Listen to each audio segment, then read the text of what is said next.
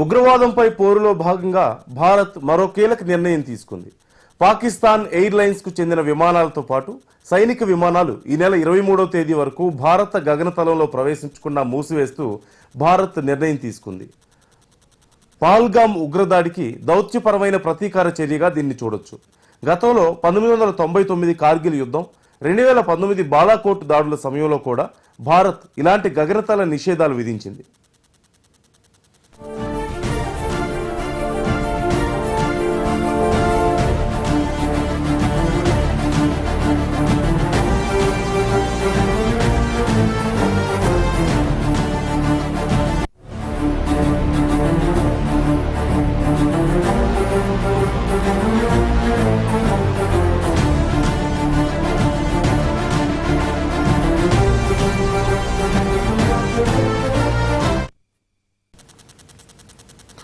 పాకిస్తాన్ విమానాలు భారత గగనతలంలోకి ప్రవేశించకుండా భారత్ తీసుకున్న నిర్ణయంతో పాకిస్తాన్ నుంచి ఆగ్నేయ ఆసియాకు వెళ్లే విమానాలపై తీవ్ర ప్రభావం చూపనుంది.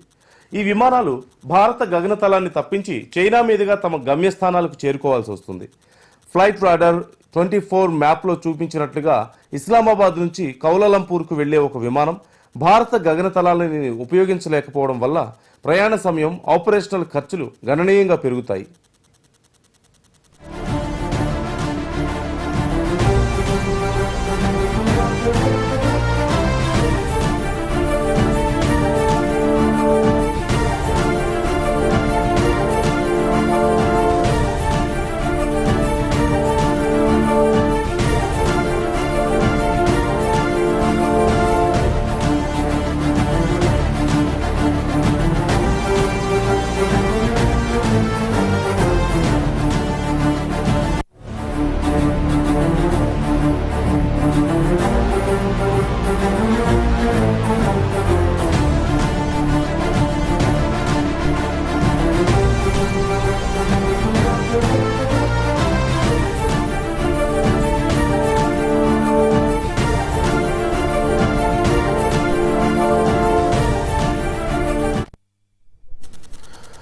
భారతదేశం ఈ చర్యకు దిగడానికి ముందు పాకిస్తాన్ ఈ ఏడాది ఏప్రిల్ 25న భారత విమానయాన సంస్థలకు తమ గగనతలాన్ని మూసివేసింది.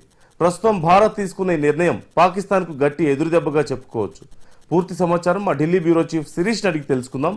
శిరీష్, భారత్ నిర్ణయం ఎలా ఉంది, డీటెయిల్స్ ఏంటి? అంటే మన గగనతలంలోకి పాకిస్తాన్ విమానాలని కానీ వాళ్ళ క్రాఫ్ట్స్ని కానీ రానివ్వమంటున్నారు, ఎయిర్ క్రాఫ్ట్స్ని కానీ. మరి అలాగే పాకిస్తాన్ కూడా ఇలాంటి నిర్ణయం తీసుకుంది. దీనివల్ల ఎవరికి ఎంత నష్టం ఉంది, డీటెయిల్స్ ఏంటి?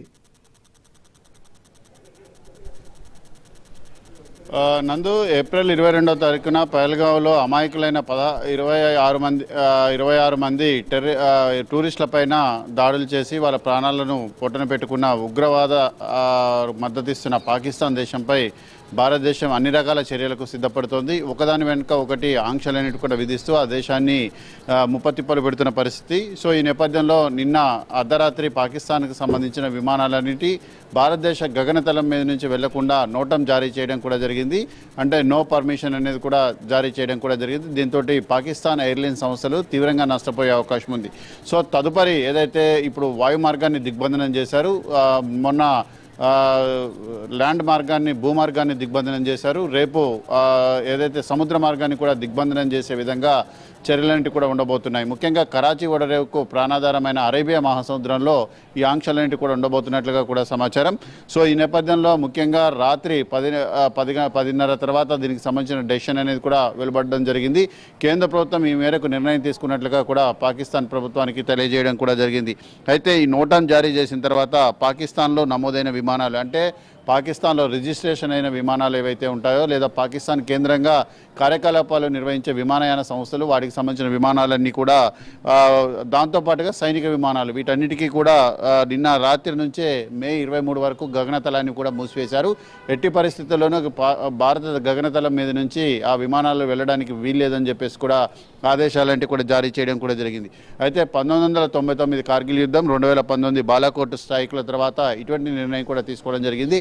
అప్పట్లో పాకిస్తాన్కు ప్రతిరోజు కూడా దాదాపు 7,60,00,000 రూపాయల ఆదాయం అనేది కూడా నష్టపోయింది పాకిస్తాన్. దీనివల్ల అతి తక్కువ కాలంలోనే పాకిస్తాన్ పెద్ద మొత్తంలో కూడా నష్టాలను కూడా చవిచూడాల్సిన పరిస్థితి ఏర్పడింది. అంటే దీనివల్ల ఏర్పడే సమస్య ఏంటంటే ఇప్పుడు భారతదేశానికి పాకిస్తాన్ గగనతలం మూసివేయడం కంటే పాకిస్తాన్ విమానాల గగనతలం మూసివేయడం వల్ల పెద్ద ఎత్తున నష్టాలేంటి కూడా వచ్చే అవకాశం ఉంది. ఎందుకంటే భారత్ యొక్క ల్యాండ్ స్పేస్ అనేది చాలా పెద్దది కాబట్టి ఇబ్బందులేంటి కూడా ఉంటాయి. భారతదేశానికి ఒకవేళ పాకిస్తాన్ కాకపోతే కింద అరేబియా సముద్రం ద్వారా కొంత తిరిగి వెళ్ళడానికి ఆస్కారం అనేది కూడా ఉంటుంది. దీని ద్వారా భారత్కు జరిగే నష్టం కంటే పాకిస్తాన్కు జరిగే నష్టం ఎక్కువ కాబట్టి ఆ నష్టాన్ని భరించే పరిస్థితుల్లో ప్రస్తుతం పాకిస్తాన్ ఎయిర్లైన్స్ సంస్థలు లేవు. దీనివల్ల ఫ్యూయల్ కాస్ట్ అనేది ఎక్కువ అవుతుంది, మెయింటెనెన్స్ కాస్ట్ అనేది కూడా ఎక్కువ అవుతుంది, తద్వారా టికెట్ల ధరలు కూడా పెరుగుతాయి. సో దాని ద్వారా పాకిస్తాన్ నుంచి వెళ్ళే విమానాలకు అందులో ప్రయాణించే ప్రయాణికులకు ఇబ్బందులు కూడా ఏర్పడే అవకాశం ఉంటుంది. ముఖ్యంగా పాకిస్తాన్ నుంచి ఆగ్నేయ ఆసియా దేశాలు అంటే సింగపూర్ కానీ మలేషియా కానీ ఇలాంటి దేశాలన్నిటికీ లేదా ఆస్ట్రేలియా ఇలాంటి దేశాలకు వెళ్ళాలంటే భారతదేశ గగనతలం మీద నుంచే వెళ్లాల్సి ఉంటుంది. లేదు అంటే అయితే చైనా లేదంటే చుట్టూ తిరిగి శ్రీలంక మీద వెళ్లాల్సి ఉంటుంది. ఇది పాకిస్తాన్కు ఇబ్బంది కలిగించే అంశం. సో ఈ నేపథ్యంలో ఇస్లామాబాద్ నుంచి కౌలాలంపూర్కు వెళ్లే విమానం భారతదేశ గగనతలాన్ని తప్పించి వెళ్లడం వల్ల ప్రయాణ ఖర్చులతో పాటుగా ముఖ్యంగా చూసినట్లయితే ఆపరేషన్ ఖర్చులు కూడా పెరుగుతాయి. ఇది భరించడానికి భారమయ్యే అవకాశం కూడా ఉంది. సో మొత్తం మీద కూడా పాకిస్తాన్ మొదటగానే ఈ నిర్ణయం తీసుకోవడం జరిగింది. ఏప్రిల్ 25వ తారీఖున భారత విమానాలకు పాకిస్తాన్ గగనతలాన్ని మూసివేసిన తర్వాత భారతదేశం ఈ నిర్ణయం కూడా తీసుకోవడంతో పాకిస్తాన్ గగ్గోలు పెడుతోంది.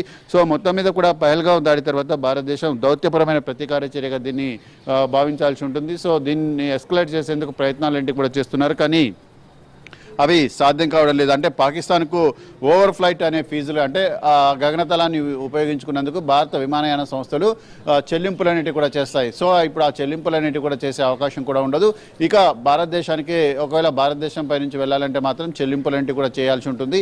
కానీ ఇప్పటికీ గగనతలాన్ని మూసివేశారు కాబట్టి ఇక అటువంటి ఆస్కారం అనేది కూడా ఉండదు. సో మొత్తం మీద కూడా ఇది పాకిస్తాన్కు చాలా ఇబ్బందికరమైన అంశం.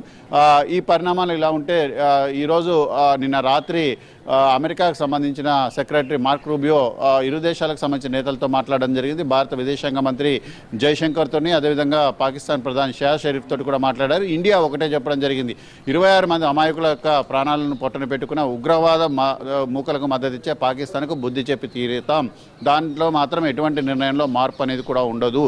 ఒకవేళ భారతదేశం దాడులను నివారించాలని చెప్పేసి కనుక మీరు కోరుకున్నట్లయితే ఆ ఉగ్రవాద సంస్థలను ఉగ్రవాదాన్ని కట్టడి చేయాల్సిందిగా కూడా మీరు పాకిస్తాన్ సూచించాలి. ఇప్పటికీ కూడా పాకిస్తాన్ తమ దేశంలో ఉన్న వాళ్ళు ఉగ్రవాదులు కాదు, వాళ్ళు స్వాతంత్ర పోరాట యోధులు, ఫ్రీడమ్ ఫైటర్స్ అని చెప్పేసి వాళ్ళని అభివర్ణించడం అనేది కూడా సరైంది కాదు. ఏదైతే ద రెసిస్టెన్స్ ఫ్రంట్ అనే దాన్ని యునైటెడ్ సెక్యూరిటీ కౌన్సిల్లో దాని యొక్క ఉగ్రవాద సంస్థగా ప్రతిపాదించే సమయంలో చైనా వీటో పవర్ ద్వారా అడ్డుకునే ప్రయత్నం చేసింది. పాకిస్తాన్ కూడా అది ఉగ్రవాద సంస్థ కాదని చెప్పింది. మరి ఆ సంస్థ భారతదేశంలో చేసే కార్యకలాపాలు ఏంటి, దీనికి పాకిస్తాన్ సమాధానం చెప్పాల్సి ఉంటుందని చెప్పేసి జైశంకర్ ఘాటుగానే సమాధానం ఇవ్వడం కూడా జరిగింది. అంటే ప్రపంచంలో అమెరికా పౌరులకి ఎంతైతే విలువ అనేది కూడా ఉంటుందో భారతీయ పౌరుడికి ప్రాణాలకు కూడా అంతే విలువ అనేది కూడా ఉంటుంది. సో అమెరికా యాక్షన్ తీసుకునేటప్పుడు భారతదేశానికి కూడా యాక్షన్ తీసుకునే హక్కు అనేది కూడా ఉంటుందని చెప్పేసి స్పష్టం చేయడం జరిగింది. ఇమ్మీడియట్గా పాకిస్తాన్ తన భూభాగం నుంచి నడిచే టెర్రరిస్ట్ క్యాంపులను మూసివేయాలి. ఏదైతే ఇండియా వాంటెడ్ టెర్రరిస్టులు ఎవరైతే ఉన్నారో వాళ్ళందరినీ కూడా ఇండియాకు అప్పగించాలి. అప్పుడు మాత్రమే మేము ఈ ఎస్కలేషన్ ఉద్రిక్తతలను తగ్గించేందుకు చర్యలేంటి కూడా తీసుకుంటాం. పాకిస్తాన్ ఆరోపించినట్లుగా ఉద్రిక్తతలకు భారతదేశం కారణం అంటే మాత్రం ఒప్పుకునే పరిస్థితి లేదు. ప్రపంచం మొత్తం కూడా చూసింది 22వ తారీఖున పహల్గాంలో ఏం జరిగింది, 26 మంది అమాయకులు ఏ విధంగా చనిపోయారనే దాని గురించి. భారతదేశానికి రిటాలియేషన్ అంటే ప్రతీకారం తీసుకునే హక్కు ఉందని చెప్పేసి కూడా ఇటు అమెరికాతో పాటు ప్రపంచ దేశాలన్నీ కూడా మద్దతుగా నిలిచాయి. ఇటువంటి పరిస్థితుల నేపథ్యంలో ఉద్రిక్తతలను తగ్గించే దిశగా ఏదైతే చర్యలు తీసుకోవాల్సి ఉంటుందో ఆ చర్యలు తీసుకునే నిర్ణయము ఆ పరిస్థితి అనేది కూడా పాకిస్తాన్ చేతుల్లోనే ఉంది. పాకిస్తాన్ తీసుకునే నిర్ణయాన్ని బట్టి తదుపరి పరిణామాలంటి ఆధారపడి ఉంటాయని చెప్పేసి భారతదేశం ప్రతి ఒక్క కంట్రీకి కూడా ఇదే విషయాన్ని కూడా స్పష్టం చేస్తుంది. ఎందుకంటే అరబ్ కంట్రీస్ అదేవిధంగా అమెరికా లాంటి దేశాలు కూడా ఉద్రిక్తతలు తగ్గించేందుకు ప్రయత్నాలంటే కూడా చేస్తున్నాయి. ప్రయత్నాలు చేసే దేశాలకు 26 మంది ప్రాణాలకు జస్టిఫికేషన్ మీరు ఎలా ఇస్తారు, దీనికి మాకు సమాధానం చెప్పాలని చెప్పేసి ఇండియా నుంచి ఒకే రకమైన ప్రశ్న ఉత్పన్నమవుతుంది. సో మొత్తం మీద కూడా ఇండియా అడిగే క్వశ్చన్స్కు ప్రపంచ దేశాల్లో కొంత సమాధానం అనేది కూడా లేని పరిస్థితి. పాకిస్తాన్పై దీనిపైన తీవ్రస్థాయిలో ఒత్తిడి అనేది కూడా పెరుగుతుంది. సో ఆ ఒత్తిడికి తలొగ్గి పాకిస్తాన్ మరి ఏం చేస్తుంది అనేది కూడా చూడాల్సి ఉంది. నాన్న శిరీష్, అంటే సరే ఈ అంశం ఒకటైతే మరోవైపు పాకిస్తాన్లో పరిస్థితులు రోజు రోజుకి దిగజారిపోతున్నాయని, అంటే ఓవైపు సింధు జలాల మీద మనం రిస్ట్రిక్ట్ చేయడం వల్ల అక్కడ వాటర్ ప్రాబ్లం వచ్చింది. అలాగే ఆర్థిక మాంద్యం దిశగా ఇప్పటికే పాకిస్తాన్ వెళ్తున్న నేపథ్యంలో ఇప్పుడున్న యుద్ధ పరిస్థితులు ఒక రకంగా పరిస్థితిని మరింత దిగజార్చాయంటూ తెలుస్తుంది. ప్రజలు బాగా ఇబ్బందులు పడుతున్నారంటూ తెలుస్తోంది. మరోవైపు సైన్యంలో కూడా చాలా మంది సోల్జర్స్ అక్కడ రిజైన్ చేసి వెళ్ళిపోతున్నారు అంటూ సమాచారం అందుతోంది. అసలు అక్కడ ఇవన్నీ ఒక ఎత్తు అయితే అక్కడ నాయకులు కానీ కొంతమంది అధికారులు ఏమో ఇండియాని రోజుకొకళ్ళు థ్రెట్ చేస్తూనే ఉన్నారు, ఏదో ఒక మాటలు మాట్లాడుతూనే ఉన్నారు దురుసుగా. సో ఏం జరుగుతుంది ఎగ్జాక్ట్లీ? అసలు పాకిస్తాన్లో ప్రస్తుతం పరిస్థితి ఏంటి, మనకున్న సమాచారం ఏంటి, బయటికి ఏం తెలుస్తుంది? పాకిస్తాన్ టెర్రరిస్తాన్గా ప్రకటించాలని చెప్పేసి నిన్న ఒక డిమాండ్ను ఇండియా తెరపైకి తీసుకొచ్చింది. అంటే పాకిస్తాన్ ప్రేరేపిత ఉగ్రవాద సంస్థలు ఒక ఇండియాలోనే కాదు ప్రపంచవ్యాప్తంగా ఏ దేశాలు ఎటువంటి అకృత్యాలకు పాల్పడ్డాయనేది కూడా ఇందులో స్పష్టంగా ఆధారాలతో సహా చెప్పడం కూడా జరిగింది. సో ఇటువంటి నేపథ్యంలో వాటన్నిటినీ కూడా పరిగణలోకి తీసుకొని ఆ దేశం పైన టెర్రరిస్ట్ దేశంగా ముద్ర వేసి పాకిస్తాన్ ఏదైతే ఇంతకుముందు గ్రే లిస్టులోంచి బయటకు తీసుకొచ్చారో మళ్ళీ అదే లిస్టులో చేర్చాలి, పాకిస్తాన్ పై అనేక ఆంక్షలన్నింటి కూడా విధించాలి. టెర్రర్ ఫండింగ్ చేస్తున్న ఆ దేశం పైన ఆంక్షలు విధించడం ద్వారా టెర్రరిజాన్ని అరికట్టేందుకు ఆస్కారం అనేది కూడా ఉంటుందనేది కూడా ఇండియా వాదన. సో ఇండియా వాదనతోటి మిగిలిన దేశాలంటే కూడా ఏకీభవించాల్సిన పరిస్థితి కూడా ఉంది. పాకిస్తాన్ ఒక దూర్త దేశంగా కూడా పిలుస్తారు, ఎందుకంటే అది ప్రజాస్వామ్య వ్యవస్థ లేదు, అక్కడ ఒక పాలన లేదు, ఒక సిస్టమేటిక్ అనేది కూడా లేదు. ఎందుకంటే ప్రపంచంలోని చాలా దేశాలు అభివృద్ధి పయంలో పయనిస్తుంటే ఒక రకమైన ఏదైతే మూర్ఖత్వపు ఆలోచనలతోటి మత ఛాందసవాద ఆలోచనలతోటి పాకిస్తాన్ తాను నాశనం అవుతూ ప్రపంచ దేశాలకు కూడా ఇబ్బందికరమైన పరిస్థితులు కూడా సృష్టిస్తుంది. సో అటువంటి దేశాన్ని కట్టడి చేయాల్సిన అవసరం అనేది కూడా ఉంది. అటువంటి దేశానికి మానవతా సహాయం కానీ లేదా ప్రపంచ దేశాల సహాయం అనేది కూడా పూర్తిగా నిష్ప్రయోజనం అయ్యే అవకాశం అనేది కూడా ఉంది. కాబట్టి ఇటు అంతర్జాతీయ ద్రవ్యనిధి సంస్థ కానీ ప్రపంచ బ్యాంక్ ఇచ్చే రుణాల విషయంలో పునరాలోచన అనేది కూడా చేసుకోవాలి. టెర్రరిజాన్ని అంతం చేస్తామనే విషయంలో ద్వంద్వ వైఖరి అనేది కూడా ప్రపంచ దేశాలకు ఉండకూడదు. ఒకప్పుడు ఇప్పుడు పాకిస్తానే ఒప్పుకుంది, ప్రపంచ దేశంలోని యూరోప్ ముఖ్యంగా బ్రిటన్ అమెరికాల కోసం మేము ఈ 30 సంవత్సరాల నుంచి ఈ దరిద్ర పనులు చేస్తూ వస్తున్నాము, సో మా కోసం చేయలేదు, మేము వాళ్ళ కోసం చేశాము అని చెప్పి చెప్తున్నారు. అదే టెర్రరిజం అనేది అనేక రూపాల్లో వ్యాప్తి చెంది ఇప్పుడు అమెరికాను వివిధ రూపాల్లో ముప్పతిప్పులు పెడుతోంది, బ్రిటన్ను కూడా ఇబ్బంది పెడుతోంది. సో రేపు చైనాను కూడా ఇబ్బంది పెడుతుంది అనడంలో ఏమాత్రం కూడా సందేహం లేదు. చైనాలో కూడా అక్కడ ఉరుగ్వా ముస్లిమ్స్ అని ఉన్నారు, వాళ్ళ హక్కులను విషయంలో కూడా కొంత ఇబ్బందికరమైన పరిస్థితి అనేది కూడా వాళ్ళు ఎదుర్కొంటున్నారు. సో ఇటు చైనా పాకిస్తాన్లో కూడా పెట్టుబడులు పెట్టిన పరిస్థితుల నేపథ్యంలో ఇప్పటి వరకు పరిస్థితులు బాగానే ఉన్నాయి. మత ఛాందసవాద గ్రూపులు కనుక నచ్చకపోతే మాత్రం ఆ దేశంపై కూడా దాడులకు దిగే అవకాశం ఉంది. అంటే టెర్రరిజం ఎక్కడున్నా ఏ రూపంలో ఉన్నా దాన్ని అడ్డుకోవాలి. ఒకప్పుడు ప్రోత్సహించి ఒక ప్రయోజనాల కోసం ప్రోత్సహిస్తే మాత్రం అది తర్వాత వాళ్ళనే ఇబ్బంది పెట్టే అవకాశం ఉంది. ఈ విషయాన్ని పాకిస్తాన్ తెలుసుకోవాలని చెప్పేసి చెప్తున్నారు. కానీ పాకిస్తాన్ యొక్క దృక్పథంలో ఆలోచనలో ఎటువంటి మార్పు అనేది కూడా రావడం లేదు.